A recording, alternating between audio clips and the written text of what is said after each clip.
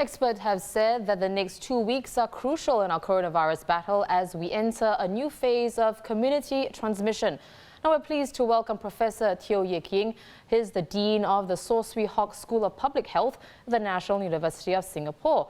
Prof. Teo, welcome. So there were 54 new locally transmitted cases yesterday. Is this an indication that our measures are inadequate, or do you think it's more of a case of people not adhering to these measures?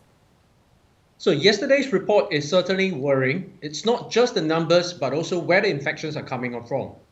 There was a cluster of 10 in a nursing home, as well as 3 clusters in dormitories. These are deeply concerning given the density of people within confined spaces. In addition, we are seeing reports that more and more businesses and public spaces are being closed down for disinfecting because of employees being infected. At this stage, the best approach that the public can take is to assume that the coronavirus is already circulating in the community and to act accordingly and responsibly. Our current measures include very strict physical distancing at workplaces and public spaces, as well as an urgent call for people to telecommute, to work from home, to minimize going outdoors. The effects of these measures will take a while, perhaps 2 to 3 weeks before we see the effects. But yes, we should start thinking about even more stringent measures now to avoid going down the route to widespread transmission in the community.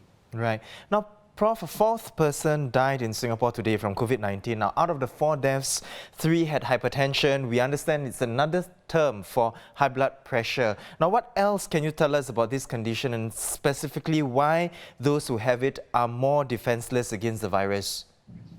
So people who are hypertensive or have high blood pressure are likely to be on specific medications to manage the condition.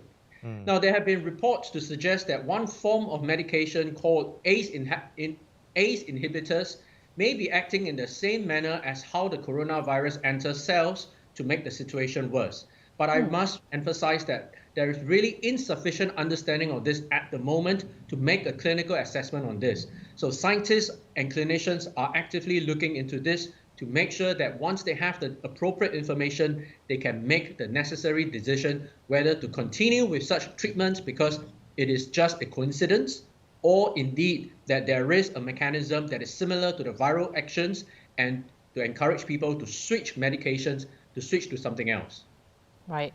Well, Prof, we learned yesterday that Lee Amoy Home is now a cluster with 11 confirmed cases. So because of that, all nursing homes have banned visitors until the end of the month.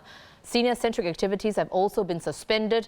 But what can we, you and me as an average person, do to keep the elderly safe, especially if we're living with somebody who's over 60 years old?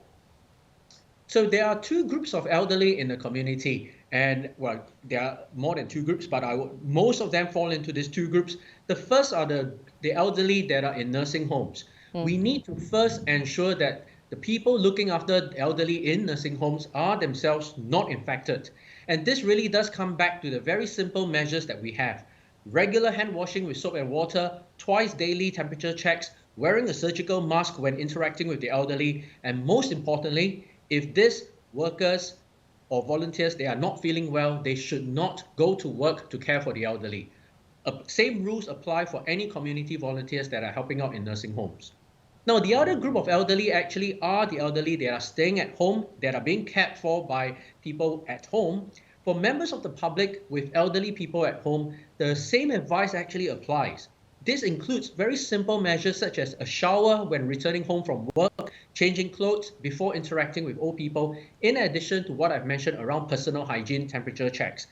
I cannot emphasize enough that if a person feels unwell, it is absolutely vital to keep a distance from old people, wear a face mask, and to see a doctor at the earliest convenience. Protecting old people actually comes down to the same approaches as how we protect each other and to minimize our own infection risk. Right. Prof, so the elderly is one group. Now let's talk about the other group, the migrant workers. There are 3 clusters now at foreign worker dormitories. How can we keep them safe as well? So the clusters at the dormitories are very worrying, given that these are places where practicing safe distancing is much harder, given the density of people within a confined space. Now, we need to look after these migrant workers just as anyone else in Singapore. They are a part of our society. They have contributed to help the country grow and develop. But what this means is we need them to be similarly mindful of personal hygiene, including temperature taking, monitoring their own health, and to sound out whenever they do not feel well. Now, in times like this, there is a need for employers to also make sure that they put in place a system where workers feel that they are safe to report that they are not feeling well and they have the opportunity to see a doctor if they're feeling unwell. Now, some employers will be against this because this seems to give workers the opportunity to find an easy way out of work. But I have to emphasize, this is not a normal situation we have in Singapore now with the coronavirus. We need everyone, and this includes employers of our migrant workers, to accept there may be the inevitable loss in productivity, but we must be especially vigilant and careful. If migrant workers are at higher risk, then all of us in Singapore are at higher risk. So we have to make sure we put in place a system that workers can report that they are not feeling well. They have a chance to see a doctor at the earliest chance possible. Professor, we're seeing more unlinked cases. Can you explain to us why such cases are a particular concern for us? Does it because it further illustrates that the virus is entrenched in the community? So unlinked cases refer to the situation where we have a number of people who are infected, but we are unable to establish where they got the infection from, where they were likely to have been exposed. This means they could have been exposed in their day-to-day routine, getting to work from home and back, where they ate their meals, or the places they have been to, say for shopping or for sports. So one way to think about this is the following, even though I have to emphasize it's not exactly correct. Let's suppose we have 50 unlinked cases today. It actually means that there may be at least 50 places out in the community that a person may be exposed, may be infected from. As I said, it's not exactly correct, but I hope this gives people a way to think about why the government is strongly advising people to stay home unless absolutely necessary and to think about working from home. Now, compare this to a situation where all 50 cases are actually linked within a single cluster that we find out from contact tracing. This means there's actually a point source that we can rely on active contact tracing, find out who are the other exposed people, isolate and quarantine them early to contain further spread as early as possible. So having more cases that are unlinked is a very worrying sign that suggests that there are more places in the community that are seeding infections that we need to be thinking about. Now, Prof, let's focus on the measures now that Singapore has implemented, specifically social distancing practices. Now, despite the government's continued calls for people to stay at home, people are still going out. Is it because they don't understand the full efficacy of social distancing, or that they're aware of it, but they still choose to run the risk anyway? So this is common human behavior. I think it's very common for people to think that I will not be that unlucky one. And this is very common when it comes to perception of health risk. And this is really why the government is working very hard, putting in place increasingly stringent measures and eventually turning to legal enforcement to get people to maintain the necessary safe distance in public spaces and to encourage people to work from home, take up telecommuting, really to minimize going out and being exposed to the community spaces that I talked about earlier on when there are unlinked cases. That is the reason why we really need to think about minimizing outdoor movement unless absolutely necessary. Well, we've seen many comments asking why there are not any social distancing measures on public transport. Professor Teo, is it feasible? How do we keep safe while commuting, especially during peak hours? So let's be practical. In spaces such as buses and MRT trains, trying to keep a safe distance basically means every bus or every train carriage can only carry a fixed and perhaps a small number of passengers. The question really is this possible? Well, it can be achieved if the majority of the people are already staying at home or working from home. Otherwise, we try to find ways to minimize human traffic at each point in time on public transportation networks. You can try staggering work hours, and this is again coming back. Employers need to take up that responsibility, encourage staff to go for staggered working hours, coming in earlier or later, equally clocking out earlier or later. Even going for lunches, can they now choose earlier timings or slightly later timings, or perhaps even bringing lunch from home? Because this will minimize human traffic in public spaces. But I think the reality is that even when we try to practice staggering work hours, there will still be human people bunching and in crowding. Now, if there is absolutely no choice that one has to go on public transportation, one has to go out, again, getting people to practice personal hygiene is extremely important. What does that mean? It means when you want to sneeze or cough, cover your mouth and your nose. Wash your hands regularly with soap and water.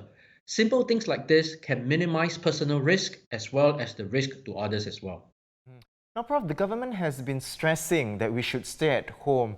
Now, do you think Singapore should implement a lockdown, to make it official, so to speak?